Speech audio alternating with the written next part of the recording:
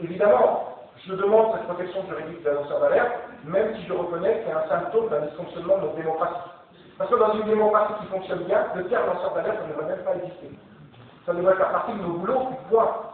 C'est notre boulot que d'alerter, ça fait partie de notre devoir. Et donc ça ne devrait pas exister le terme lanceur d'alerte.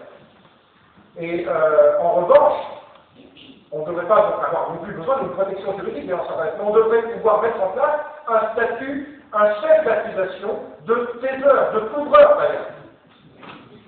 Parce que là, évidemment, c'est un chef d'accusation derrière lequel on pourrait se réfugier pour poursuivre en justice ceux qui taisent d'alerte. Pour ceux qui ont vu le film Le Monde selon Monsanto, mon collègue Robert Belli du CNRS, à Roscoff, qui travaille sur les effets du Roundup sur les œufs d'oursins, non pas que les oursins soient plus exposés que les autres au Roundup, mais c'est son modèle d'étude au laboratoire de Roscoff. Il a montré les effets sur le cycle cellulaire avec une conséquence en termes de cancer.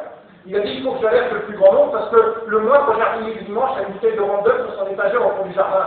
Alors il est allé voir le CNRS, les instances, croyons bien faire, pour alerter. Que lui a dit le CNRS? C'est dans le film, c'est pas un scoop.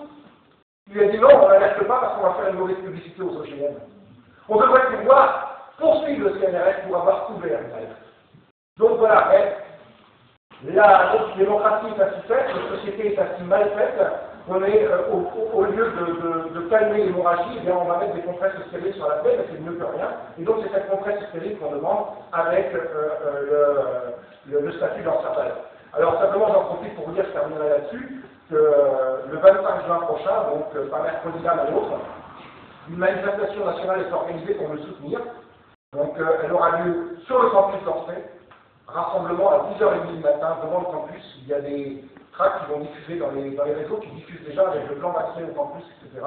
C'est une manifestation nationale, donc elle aura lieu uniquement à Orsay le matin et l'après-midi à Paris, de Luxembourg jusqu'au ministère de la Recherche, on demandera qu'une délégation soit reçue, et le matin à Orsay, on ira interpeller la direction de mon institut et les instances universitaires, la présidente de l'université, le doyen de la faculté d'Orsay, qui depuis un mois sont sollicités par une délégation pour qu'une délégation soit reçue, délégation bien sûr avec moi, pour être reçue pour parler de mon problème, et ils nous ont toujours décliné toute demande depuis un mois.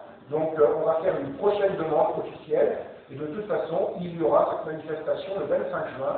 Donc voilà, j'invite, c'est une manifestation qui a lieu à l'appel de nombreuses organisations, dont WWF, Greenpeace, France Nature Environnement, Bioconsommateurs, la Confédération paysanne, le collectif des faucheurs, CRS, j'en passe et bien d'autres que je vais oublier, mais il y en a presque une vingtaine et probablement plus. Voilà, on demande à toutes les organisations de venir sans leur drapeau d'appartenance pour donner plus de poids et plus de visibilité à la manifestation. On demande aux élus de venir avec leur écharpe tricolore. Et on demande à tous ceux qui ont des idées de manifestation, de banderoles, de pancartes, de venir avec pour qu'il y ait un beau bordel sur la fac d'Orsay.